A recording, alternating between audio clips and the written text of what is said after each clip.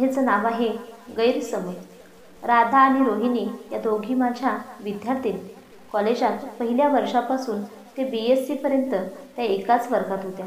दोघी जिवलग मैत्रिणी होत्या, अगदी शाळेच्या पहिल्या इयत्तेपासूनच्या. राधा आणि रोहिणी कपडेसुद्धा एकसारखे घालत. कॉलेजात अशी बऱ्याच जणांची समजूत होती की त्या जुळ्या बहिणी आहेत. रोहिणी स्वभावानं तशी शांत पण अत्यंत बुद्धिमान होती. उत्तम तैलचित्र रंगवणं आणि भरतकाम असे तिचे छंद होते. राधा मात्र खूप बोलकी होती. त्या दोघींचे कपडे नेहमी रोहिणी शिवत असे. त्या दोघी अत्यंत समजूतदार होत्या आणि एकमेकींशी जुळवून घेत असत. दुर्दैवाने त्यांना कॉलेजात आणखी कोणीच मैत्रिणी नव्हत्या. त्या दोघींची लग्ने कुणाशी होतील बरं असा विचार माझ्या मनात नेहमी यायचा. काळ आपल्याला खूप काही शिकवून जातो. राधा रमेशच्या प्रेमात पडली आणि त्यांच्या लग्नात रोहिणी आणि सुरेश एकमेकांना भेटले. रमेश सिव्हिल इंजिनियर होता, तो दिल्लीत स्थायिक होता. सुरेश मेकॅनिकल इंजिनियर होता, तो बंगलोरमधील एका खाजगी कंपनीत नोकरीला होता. माझी रोहिणीशी वरचेवर गाठ पडे, राधाशी मात्र गाठ पडण्याचे प्रसंग येत नसत. रोहिणीच मला राधाविषयी सांगे. कालांतरानं दोघींना मुलं झाली. गेल्या काही वर्षात बंगलोर शहर झपाट्यानं वाढत चाललं आहे. बांधकाम व्यावसायिकांना ऑफिसेस, फ्लॅट्स, बंगले आणि इमारती बांधण्याची भरपूर कामं मिळू लागली आहेत. बंगलोर सर्व दिशांनी वाढत चालले.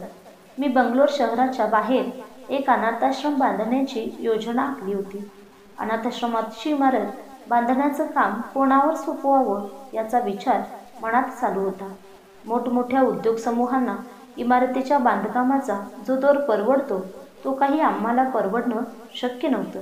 पण तरीसुद्धा बांधकाम एकदम उत्तम प्रतीचं असलं पाहिजे असा माझा आग्रह होता. त्यामध्ये तडजोड करण्याची माझी तयारी नव्हती. थोडक्यात मला उत्तम दर्जा आणि स्वस्त दर असं दोन्ही हवं होतं. पण वास्तवात खऱ्या आयुष्यात हे असं दोन्ही एकत्र मिळणं काही शक्य नसतं. पुष्कळ वेळा स्वस्त दराच्या गोष्टींचा दर्जा सुमार असतो, तर उत्तम दर्जाच्या गोष्टी महाग असतात.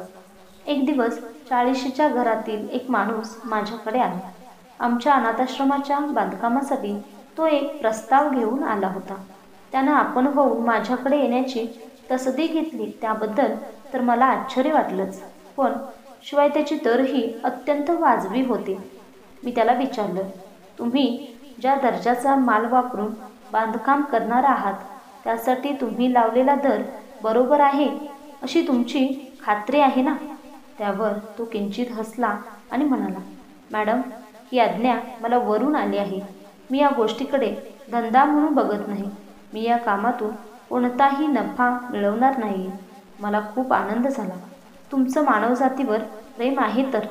पण काय हो, ही आज्ञा तुम्हाला दिली कोणी? आमच्या गृह खात्याने मॅडम. तुम्हाला रोज इतकी माणसं भेटतात.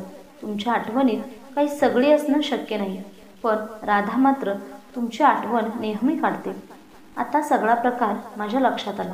त्याच्या कंपनीचं नाव राधा कन्स्ट्रक्शन असं का होतं तेही कळलं. राधाचा विचार मनात येताच तात्काळ मला रोहिणीची आठवण झाली. पण तुम्ही तर दिल्लीत होता ना, मग इकडे कसे काय आलात? मी नोकरी सोडून दिल्लीत माझी स्वतःची कन्स्ट्रक्शन कंपनी सुरू केली. देवाच्या दयेनं आमचं खूप चांगलं चाललंय.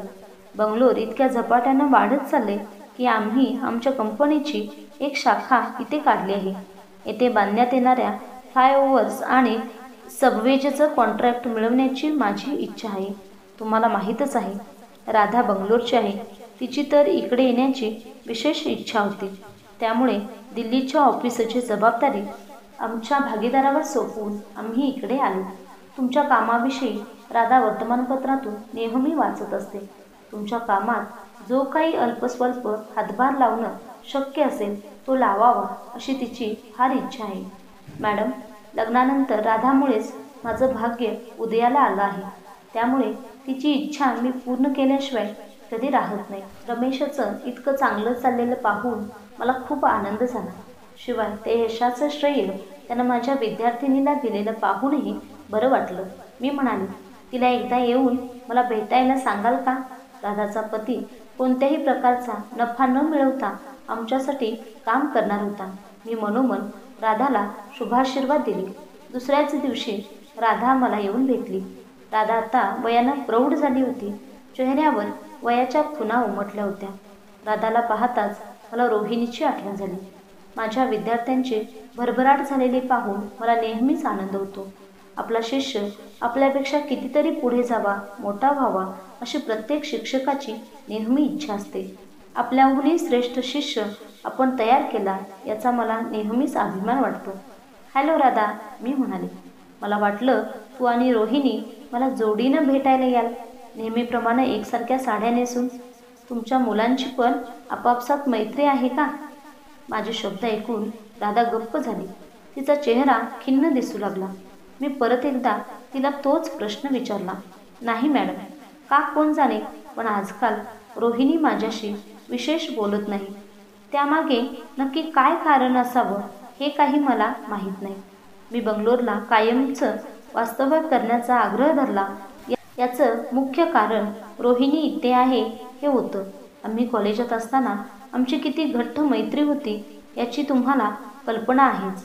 आम्हा दोघींनाही बहीण नसल्यामुळे आमचं एकमेकींशी बहिणीसारखं नातं होतं.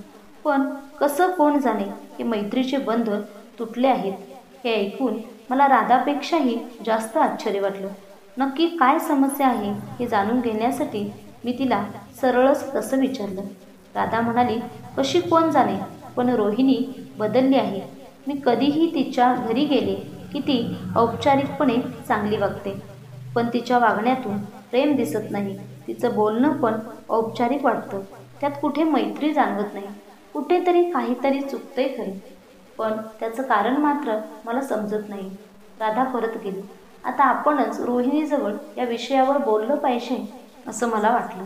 आपले विद्यार्थी कितीही मोठे झाले तरी त्यांच्या आईला ते जसे कधी मोठे वाटत नाही, तसे शिक्षक म्हणून त्यांनाही ते कधीच मोठे वाटत नाही. शिक्षकांची अशीच समजूत असते की अजूनसुद्धा आपले विद्यार्थी आपला ऐकतील. म्हणूनच मी रोहिणीला भेटून जा असा निरोप पाठवला. रोहिणी माझ्या ऑफिसात आली. तिला आश्चर्य वाटल्याचं दिसत होतं. तिच्याकडे पाहताच मला मात्र धक्का बसला. ती खूप गांगारल्यासारखी दिसत होती. तिच्या चेहऱ्यावर चिंता स्पष्ट दिसत होती. तिला उत्साह वाटावा म्हणून मी मुद्दाम म्हणाले, रोहिणी, तू पूर्वीसारखं भरतकाम आणि पेंटिंग करतेस की नाही? तुला आठवतं, कॉलेजात असताना तुमच्या एखाद्या साडीवर मी भरतकाम करून देते म्हणून तू माझ्या मागे लागली होतीस. काल मला राधानं एक प्लेन साडी दिली आहे, त्यावर भरतकाम करून देशील? रोहिणी शांतपणे म्हणाली, नाही मॅडम, मी आता भरतकाम करणं बंद केलं आहे. रोहिणी, नक्की काय प्रकार आहे? तू आजकाल राधाशी पण मैत्री ठेवलेली नाहीस. राधानं कधी तुला दुखावलं वगैरे आहे का? खरं तर तसं काही नाही, निदान प्रत्यक्षपणे तरी नाही. पण आमच्या दोघींच्या आर्थिक परिस्थितीत फार मोठी तफावत आहे. माझ्या पतीचा अजून काही फारसा जम बसलेला नाही. आमची पैशांची खूप अडचण आहे. मला वाटतं मैत्री असावी तर ती समान पातळीवर असणाऱ्या व्यक्तींमध्ये.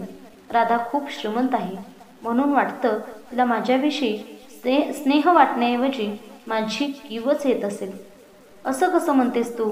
आता बघा ना, जेव्हा कधी ती माझ्या घरी येते तेव्हा माझ्या मुलीसाठी महागडी खेळणी घेऊन येते. यानं त्या निमित्तानं ती मला रेशमी साडी आणते. मी तिची परतफेड करू शकत नाही. कदाचित मला कमी लेखण्याचा तिचा हा मार्ग असेल. आजकाल मला तिच्या सहवासात खूप अवघडल्यासारखं होतं. कॉलेजात असताना आमची दोघींची सर्वच बाबतीत बरोबरी होती. आता मात्र मला तिच्यासमोर न्यूनगंड वाटतो. म्हणूनच मी तिच्यापासून अंतर ठेवून राहते. आता मला खरं कारण काय ते कळलं. बिचारी राधा, तिला या कशाची कल्पनाही नव्हती. अगं रोहिणी, असं काय? खऱ्या मैत्रीमध्ये तुमच्या सामाजिक स्थानाचा काही एक संबंध नसतो. राधानं तुझ्याकडे येताना तुझ्या मुलीसाठी स्वस्तातली खेळणी आणली असती तर तुला वाटलं असतं आपण गरीब आहोत, म्हणूनच तिनं असं केलं. इथे राधाचं वागणं कसं आहे यापेक्षा तिच्या वागण्याचा तू जो अर्थ लावते आहेस ना, त्यामुळे तुला तिच्यासमोर न्यूनगंड वाटतो. तू कृष्ण आणि सुदामा यांची गोष्ट वाचली नाहीस वाटतं. त्या दोघांच्या परिस्थितीत केवढी मोठी तफावत होती, तरीही ते एकमेकांचे जिवलग मित्र होतेच ना. राधाला जे परवडतं ते ती तुझ्यासाठी आणते. तुला तिच्यासाठी जास्तीत जास्त जे काही करणं शक्य आहे ते तू कर. तू इतकी चांगली कलावंत आहेस. तू तिला तुझी काही पेंटिंग्स भेट म्हणून दे. तिच्या मुलीच्या फ्रॉकवर सुरेखसं भरतकाम करून दे. आपण आपल्या जवळच्या एखाद्या व्यक्तीला प्रेमानं जी भेट देतो त्याची किंमत कधी पैशात करायची नसते. त्या भेटीमागची भावना महत्त्वाची असते. या अशा चुकीच्या कल्पना मनात बाळगून चांगल्या मैत्रीला तडा जाऊ देऊ नको. उगीच विनाकारण मनात न्यूनगंड बाळगू नको. अशानं राधामध्ये आणि तुझ्यात दुरावा निर्माण होऊ तो वाढतच जाईल. मी रोहिणीला समजावून सांगितल्यानंतर तिला माझं म्हणणं पटलं आणि तिच्या मनामध्ये ज्या काही शंका होत्या, गैरसमज होते ते सगळे दूर झाले आणि मग रोहिणी आणि राधा यांच्यामध्ये पूर्वीसारखी मैत्री निर्माण झाली.